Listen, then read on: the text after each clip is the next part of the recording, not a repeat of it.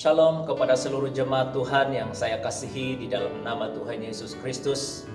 Sebelum kita merenungkan firman Tuhan, mari kita berdoa dan saya pimpin kita di dalam doa surat kedengaran. Mari kita berdoa.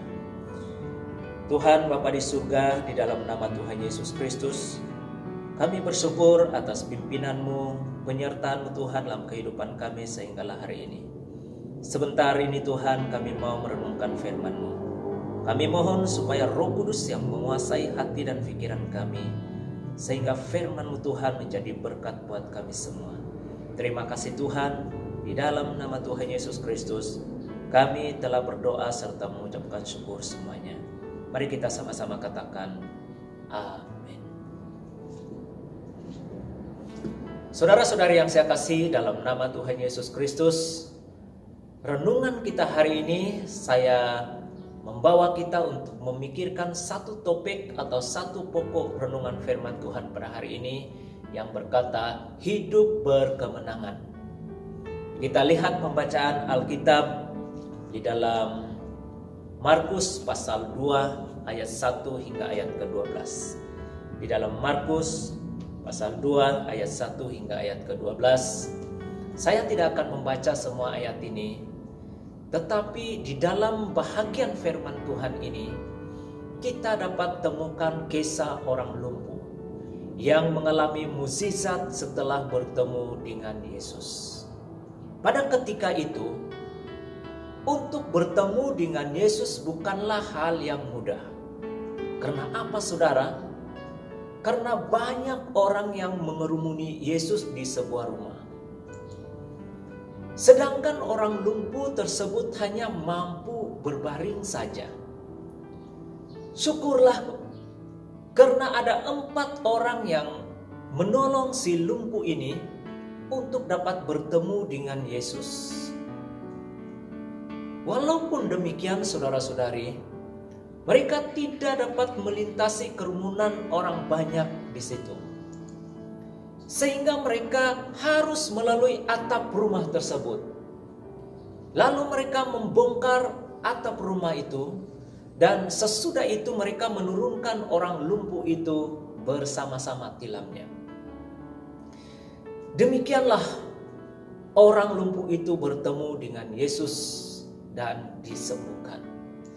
Saudara-saudari yang saya kasihi dalam nama Tuhan Yesus Kristus, apakah yang membuat mereka tetap punya semangat yang luar biasa dan pantang menyerah atas kesulitan-kesulitan yang mereka hadapi?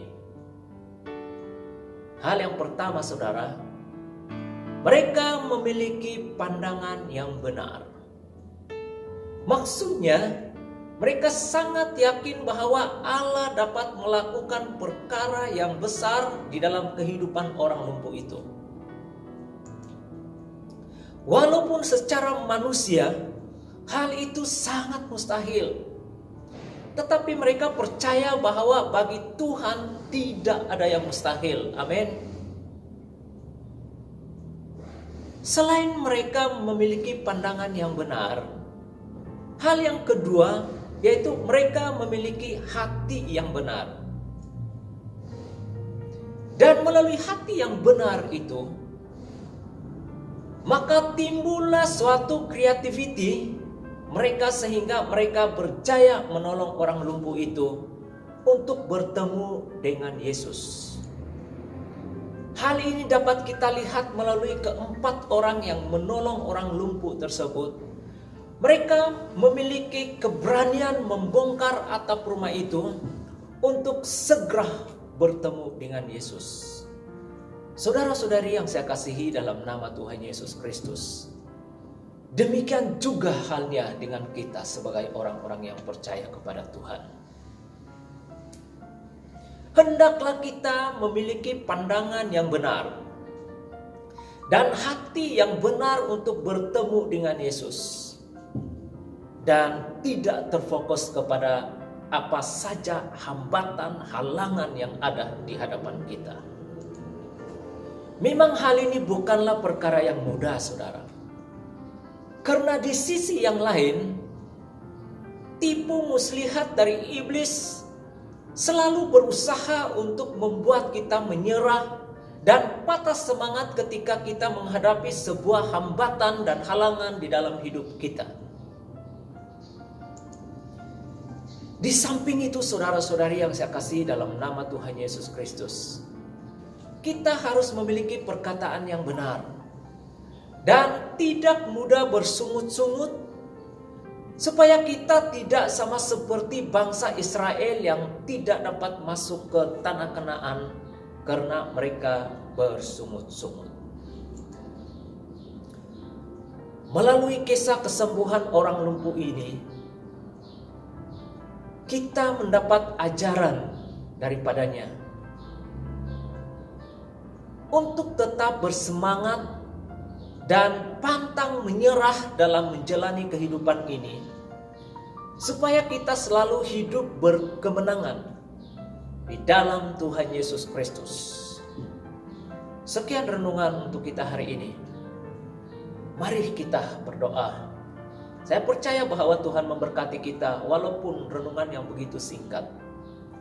Tetapi kita dapat melihat bahwa Allah sangat-sangat merindukan kita untuk kita senantiasa hidup di dalam berkemenangan.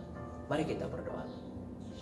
Bapa di surga, di dalam nama Tuhan Yesus Kristus, kami bersyukur atas firman-Mu Tuhan.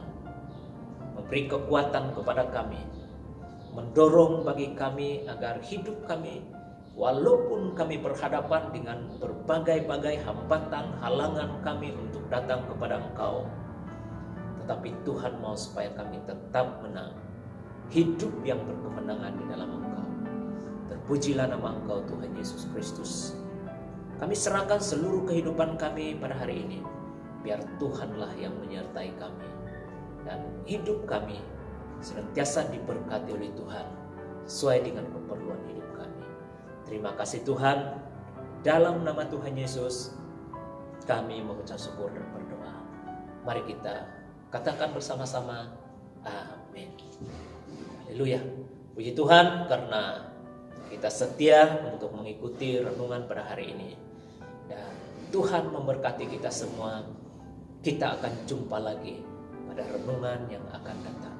Haleluya.